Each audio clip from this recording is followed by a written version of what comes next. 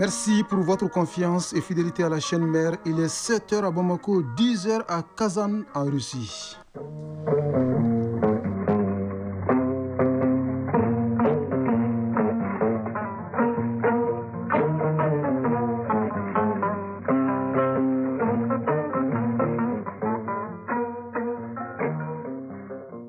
Le journal Bourama Traoré. Mesdames et messieurs, bonjour et bienvenue dans la première édition de Mali Actualité, les titres. Le Tatarstan a accueilli le président de la transition, le chef de l'État depuis hier dans cet état clé de la Fédération de Russie avec une ambition renforcer les liens bilatéraux entre Bamako et Kazakhstan.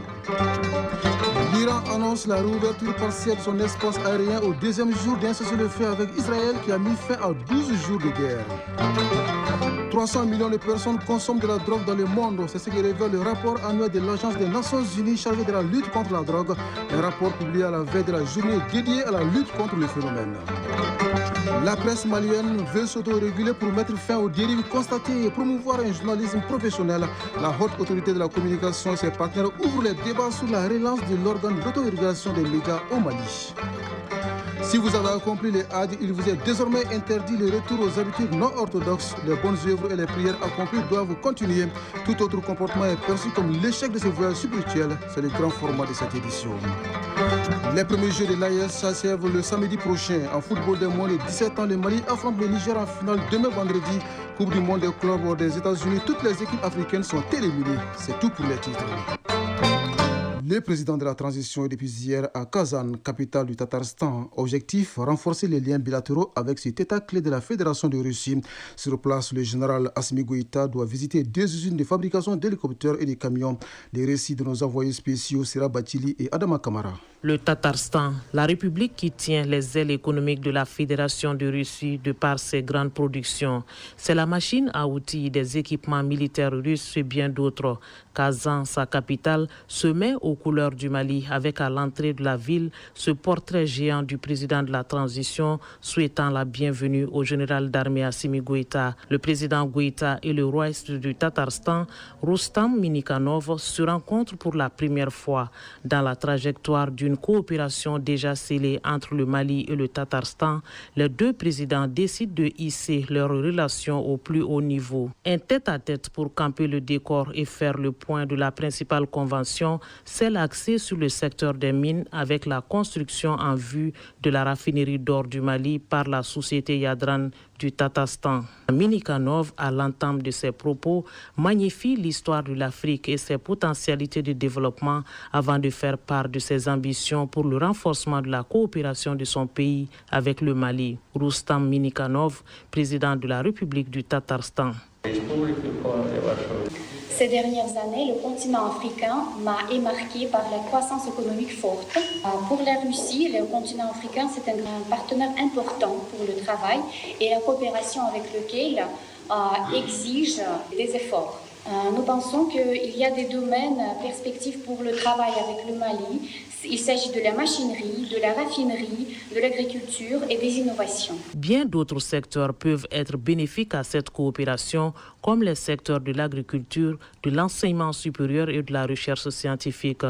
En prenant la parole, le président Goïta a rappelé les enjeux de ce déplacement. Cette coopération bilatérale touche plusieurs domaines de la diplomatie. Nous nous soutenons mutuellement au niveau des instances internationales et dans plusieurs organisations. C'est l'occasion de remercier le président Vladimir Poutine pour tous les soutiens multiformes dont le Mali a bénéficié sous son leadership.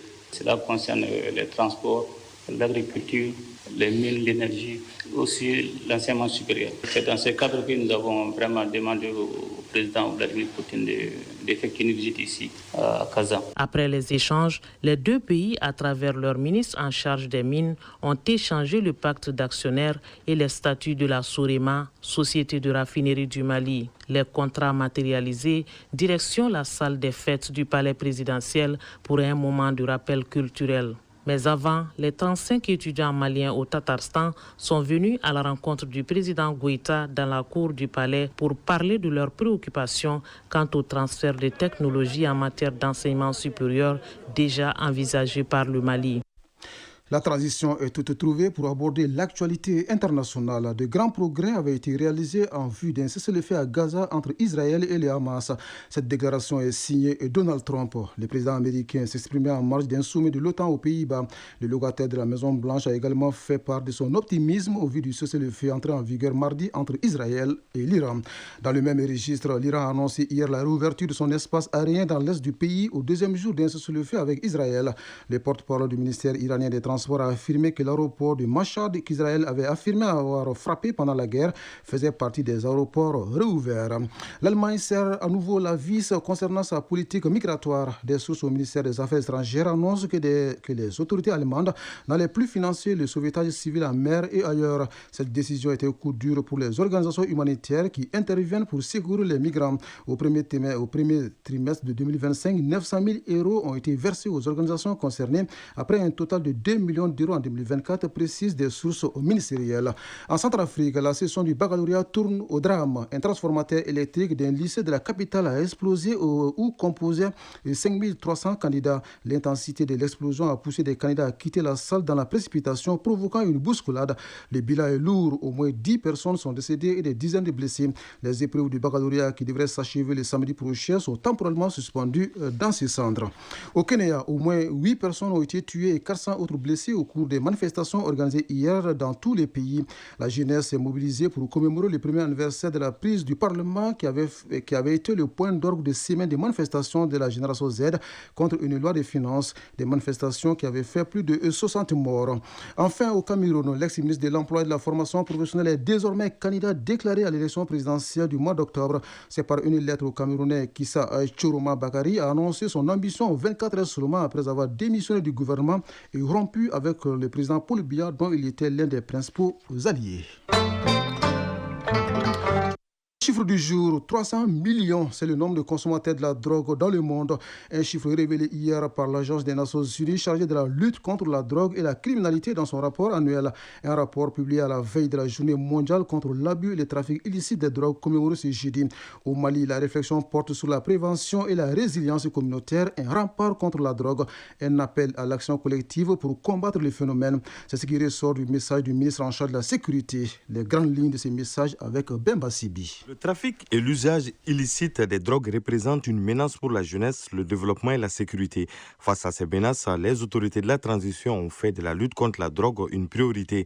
Des réponses fortes, coordonnées et durables ont été apportées. Cette année, à la faveur de la Journée internationale contre l'abus et le trafic illicite des drogues, un accent particulier est mis sur l'implication des communautés. Général de division Daoud Ali Mohamedine, ministre de la Sécurité et de la Protection civile. C'est la raison pour laquelle nous avons retenu pour cette édition 2025 comme thème national prévention et résilience communautaire, un rempart contre la drogue au Mali. Cette thématique est un appel à l'action collective et à la responsabilisation de tous les acteurs, institutions, familles, communautés, société civile et les médias dans une approche inclusive et préventive. Déjà, le Mali dispose d'une stratégie nationale de lutte contre la drogue assortie d'un plan d'action. Sa mise en œuvre a permis de renforcer les capacités des services spécialisés, améliorer la surveillance des frontières, entre autres, ce qui s'est traduit par la saisie d'énormes quantités de drogue.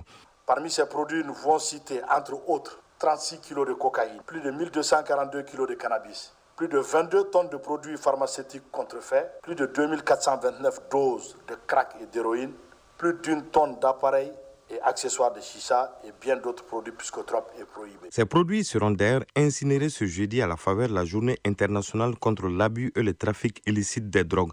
Ces efforts sont soutenus par de vastes campagnes de sensibilisation. Général de division Daoud Ali Mohamedine, ministre de la Sécurité et de la Protection civile. Au cours de la période du premier semestre 2025, l'Office central des stupéfiants a effectué 128 campagnes de sensibilisation contre 84 pour toute l'année 2024. Ces campagnes ont permis de sensibiliser prioritairement les jeunes sur les dangers liés à la consommation de drogue. Elles ont également concerné les femmes, les hommes, les scolaires, la force de défense et de sécurité, ainsi que les organisations de la société civile. Le volet prévention est l'un des axes prioritaires de l'Office central des stupéfiants pour inverser la tendance alarmante de la toxicomanie dans notre pays, car la prévention est moins coûteuse que la répression et s'avère plus efficace sur le long terme. Dans cette campagne de prévention, le quatrième pouvoir pourrait mettre tout son poids dans la balance pour préserver la santé des consommateurs. En attendant de s'y engager davantage, la presse malienne veut se doter d'abord d'un organe d'autorégulation. Il s'agit de mettre une croix sur les dérives constatées dans les médias et de promouvoir un journalisme professionnel et respectueux des textes. La haute autorité de la communication et ses partenaires ouvrent les débats sur le sujet à la faveur des journées de réflexion débutées hier à Bamako. Au finish, une feuille de route doit être élaborée. Retour sur l'ouverture de ces journées avec Mamadou Fani. L'utilisation des nouvelles technologies a favorisé l'arrivée de plusieurs nouveaux médias et hommes de médias dans l'arène du paysage médiatique. Il s'avère donc nécessaire que les médias eux-mêmes s'autorégulent pour minimiser les dérives de plus en plus fréquentes. La journée d'échange pour la mise en place d'un organe d'autorégulation des médias au Mali, initiée par la haute autorité de la communication et la maison de la presse avec l'appui de l'Institut international pour la démocratie et l'assistance électorale IDEA, est une réponse aux besoins exprimés par les autorités. Daouda Konaté, représentant de la maison de la presse. Un organe d'autorégulation indépendant, inclusif et crédible peut jouer le rôle de veille, de médiation et d'encadrement à réduire les tensions entre les médias et les institutions étatiques. Kaïsilia Ouaiziger, ambassadrice du Royaume des Pays-Bas au Mali. Notre accompagnement à votre initiative vise à une autorégulation pertinente des médias à travers le HAC. Les médias jouent un rôle essentiel dans l'équilibre de l'état de droit. Et ce sont les citoyens maliens qui ont besoin de l'information claire et fiable pour qu'ils puissent faire leur contribution à la stabilité. La désinformation s'infiltre partout. Les règles de protection, des mesures et vérification des faits sont trop souvent négligées. La mise en place d'un cadre d'autorégulation devient une nécessité et aussi un impératif. Gaussou Koulibaly, président de la haute autorité de la communication. Les mécanismes d'autorégulation ont pour objectif de permettre aux professionnels eux-mêmes d'être les premiers garants des principes déontologiques qui font leur métier, loin de toute ingérence extérieure, mais dans le respect de la loi. C'est de créer un tribunal des pairs, capable de réguler sans réprimer, d'accompagner sans censurer, pour un professionnalisme journalistique garanti. Le Mali entend s'inspirer de l'expérience de certains pays de la sous-région. Pour cela, 2 experts venus du Sénégal et du Bénin partageront leur expérience avec la HAC pour aboutir à un document qui servira de base de travail aux médias maliens.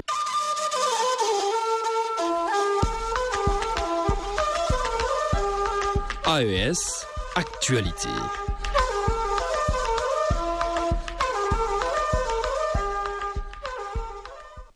Au Burkina Faso, la contribution des citoyens ne faiblit pas pour alimenter le fonds de soutien patriotique. 4 structures mettent dans la cagnotte plus de 14 millions de francs CFA et autres dons en nature.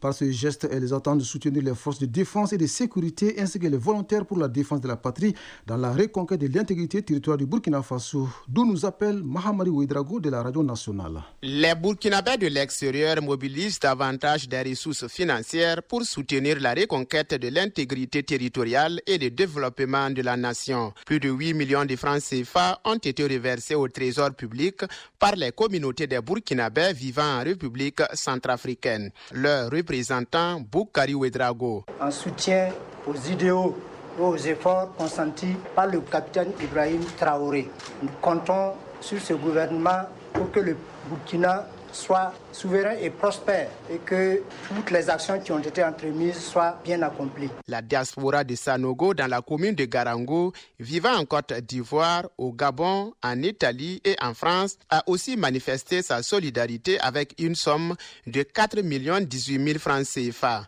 Son porte-parole, Irissa Zeba. Traduisant aussi son engagement à soutenir l'effort du gouvernement dans sa lutte pour la reconquête du territoire national et l'édification d'une nation forte, souveraine et véritablement indépendante. 2 millions de francs CFA, c'est aussi l'apport de l'association des Burkinabés et sympathisants de Sanchin en Allemagne. Le président de cette association est Moussa Kaboré. Nous, diaspora burkinabés vivant dans cette partie du monde, partageons les souffrances des populations burkinabées. Nous sommes certes loin de cette mère patrie, mais nous ne pouvons pas rester indifférents à la situation ainsi qu'à l'appel des plus hautes autorités du pays. C'est pourquoi nous avons décidé de venir encore une fois de plus en aide à nos compatriotes. Le ministre en charge des Affaires étrangères a également reçu un don en nature. Il s'agit de 3 motoscooters électriques de marque Yelemani, offertes par la société Tagevolt, d'une valeur d'1 850 000 francs CFA chacune, selon la fondatrice Ramatou Goubane dit Sami Rama. Si au Burkina Faso, on se mobilise aux côtés des autorités, au Niger voisin, un point d'honneur est mis sur l'amélioration des conditions de santé de la population. Les premiers responsables du département de tutelle est sur le terrain pour s'assurer de l'installation de nouveaux équipements dans certains hôpitaux publics. La finalité est d'offrir aux patients des soins de qualité à moindre coût. Sur les pas du ministre Abdelkader Abdourahmane de la Voix du Sahel. Il s'est agi à travers cette sortie du ministre de la Santé et de l'Hygiène publique de constater de visu l'effectivité de l'installation des nouveaux équipements destinés à renforcer la qualité des soins. À l'hôpital national Amir Boubacar Diallo, le ministre de la Santé a entamé sa visite par le service d'imagerie médicale, où il a pu découvrir le tout nouveau scanner de 64 barrettes acquis par l'établissement. Le ministre s'est ensuite rendu au niveau du service d'endocrinologie, diabétologie, nutrition, où un nouveau bâtiment a récemment été érigé. Il a également visité la centrale de production d'oxygène médical. Professeur Bra Suleiman, directeur général de l'hôpital national Amir Boubacar Diallo. Il était content de voir que le scanner est installé. Les agents ont commencé à être fonctionnels. Ils ont commencé même à prendre la main et utiliser le scanner. Ils ont fait une 50aine de patients. La seconde étape de cette sortie du ministre de la Santé et de l'Hygiène publique fut le Centre national de lutte contre le cancer. Sur place,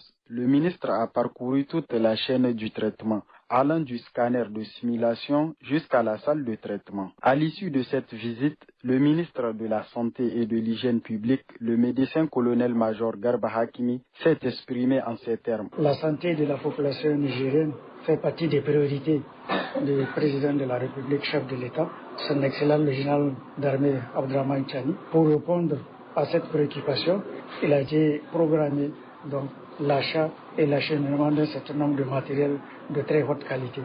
Donc c'est ce qui justifie la visite que je viens de faire, non seulement au niveau de l'hôpital Amir Boubacar Diallo, et ici au niveau du Centre national de lutte contre le cancer. Partout où il est passé, le ministre a encouragé le personnel et réaffirmé l'engagement de l'État à renforcer les services de santé au profit des populations.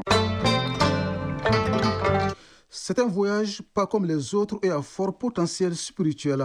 Le pèlerinage est le 5e et dernier pilier de l'islam. Il est obligatoire pour tout musulman de l'accomplir au moins une fois dans sa vie si les conditions financières et physiques le permettent. Ils sont nombreux nos compatriotes à avoir fait cette année le Hajj. Les bonnes œuvres et les prières accomplies doivent continuer selon les recommandations islamiques. Mais le retour aux anciennes habitudes est perçu par les spécialistes comme l'échec des leçons apprises pendant ce voyage spirituel. Le grand format de cette édition s'intéresse donc à ce sujet. Il est signé Kouma Sissako. Accomplir le Hajj est un acte sacré différent des autres.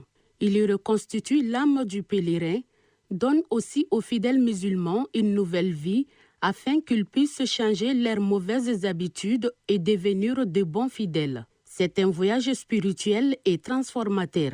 Les effets du Hajj doivent poursuivre le pèlerin durant tout le reste de sa vie. Haja Kouma Magassa et Urokia Keita sont toutes des fidèles musulmanes.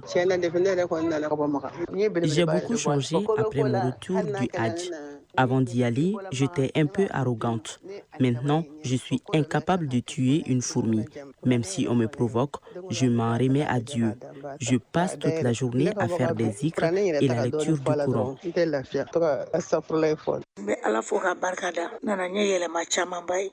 Dieu merci, depuis mon arrivée de la Mecque en 2018, j'ai cessé toute activité mondaine que je menais avant. Des fois, je peux faire une semaine sans sortir à cause de ma nouvelle manière de vie que j'ai adoptée au moment du pèlerinage.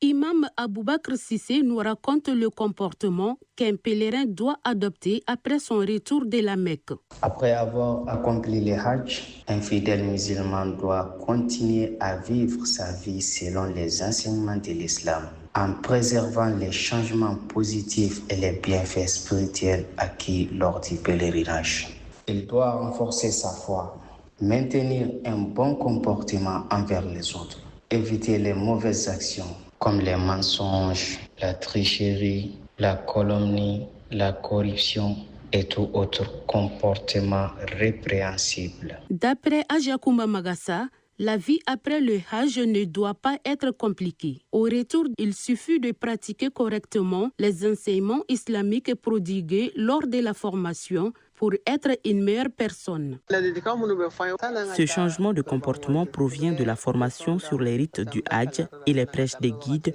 une fois arrivés à la Mecque, car on nous apprend l'endurance et la patience.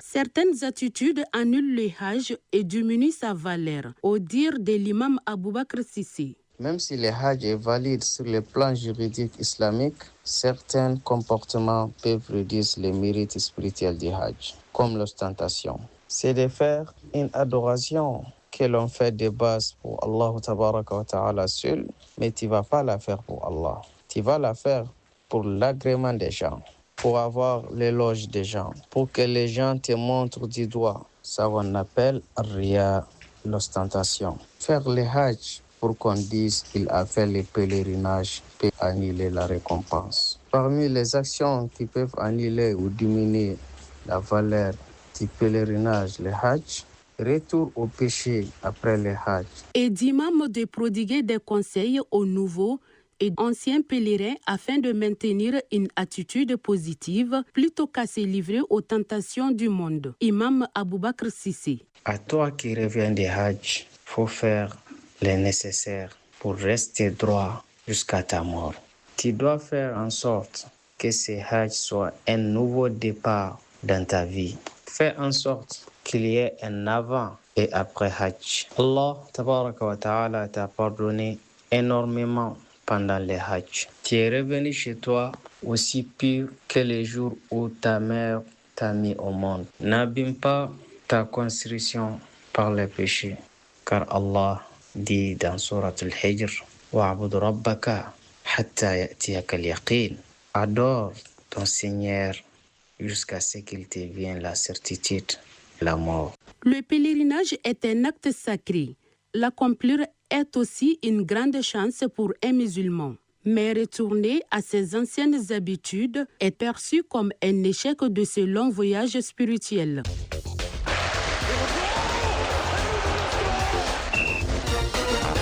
L'actu des sports, les premiers Jeux de l'AES s'achèvent le samedi prochain. En football de moins de 17 ans, le Mali affronte le Niger en finale demain vendredi. Football féminin, les matchs de la première journée du Carré-d'As sont débutés hier. Aux États-Unis, la Coupe du monde des clubs se poursuit. Toutes les équipes africaines sont éliminées de la compétition. Voyons tout cela dans la synthèse de l'actualité sportive qui porte la signature de Abdul Karim Kaba. Premier jeu de l'AES, le judo et le football étaient à l'honneur ce mercredi. En football, dans la catégorie des moins de 17 ans, le Mali gagne son deuxième match face au Burkina Faso. Le Mali et le Niger joueront la finale demain vendredi au stade Mamadou Konaté. Quant au Burkina Faso, avec des défaites, est ainsi éliminé. Les épreuves du judo ont pris fin. Il y a eu 20 combats, dont 3 finales. Douga Tera du Mali a été le meilleur combattant des Jeux. Il a reçu des mains du ministre en charge des sports la clé d'une moto. Le point avec Daouda Kone. Douga Tera du Mali est le meilleur combattant des premiers Jeux de l'Alliance des États du Sahel AES. Il a reçu une moto offerte par la marque Fanga pour son esprit de fair play et son jeu qui ont séduit les membres du jury. Il a aussi gagné la médaille d'or de la catégorie des moins de 73 kilos. Dans la catégorie des moins de 66 kilos, c'est le Nigérien Ismaël Alassane qui est sorti vainqueur au point dans un combat rude contre le Malien Daouda Dramé. Mahamadou Dougara du Mali s'est imposé en hippon face à son compatriote Oumar Sangaré. Amadou Tera, président de la Fédération malienne du judo. Vraiment très comblé de tout ce qu'on vient de voir par les jeunes. L'objectif de ces premiers Jeux, c'est d'abord que les jeunes puissent se connaître. Abdul Kassim Ibrahim Fomba, ministre de la Jeunesse et des Sports, chargé de l'instruction civique et de la construction citoyenne. Des combattants extraordinaires qui avaient beaucoup d'énergie, qui avaient envie. Je crois qu'on a une très belle soirée. Tous les acteurs des 3 pays se sont vraiment donnés dans le domaine du judo. En tout, il y avait 20 combats en une journée. Les médaillés ont tous eu des enveloppes d'encouragement. Le 3e, en bronze, a empoché 75 000 francs CFA. Le médaillé en argent, 150 000 francs CFA. Et l'or, 300 000 francs CFA. Football féminin, les matchs de la première journée du Caridas ont démarré hier. Cette phase du championnat national a démarré avec 2 affiches au stade Wenzen Koulibaly. D'abord, Amazon Commune 5 gagne 1-0 face à l'AS Mandé de la Commune 4. En deuxième match, l'USFAS l'emporte 4-2 devant les Super Lions d'Andalaï. En tout, ces formations disputeront 6 journées au cours de cette phase de Caridas du championnat national de football féminin. La phase de poule de la nouvelle Coupe du monde des clubs commence à rendre son verdict et le tableau des 8e de finale se dévoile petit à petit. Champion d'Europe en titre, le Paris Saint-Germain est au rendez-vous tout comme plusieurs équipes sud-américaines. Ainsi, samedi, il y aura un duel entre les clubs brésiliens. Palmeiras, Botafogo. Ensuite, Benfica Lisbonne sera face aux Anglais de Chelsea. Dimanche, le Paris Saint-Germain sera opposé au club américain Inter Miami de Lionel Messi. Ces 8e de finale de la Coupe du monde de clubs se poursuivront jusqu'au mercredi prochain avec d'autres affiches. La leçon de sport pour terminer, la leçon de sport de ce jeudi porte sur le PUMC supérieur. Le PUMC supérieur, qui en compte 9, est réservé aux taïkonéennes qui détiennent la ceinture noire. Isaac Tchenou nous en parle. Le PUMC reste une forme de travail conventionnel représentant un combat codifié. Après les ceintures de couleur, les pratiquants détenteurs de ceinture noire commencent l'apprentissage des PUMC supérieurs. Il y a 9 PUMC supérieurs. Nous nous intéressons aux 3 premiers.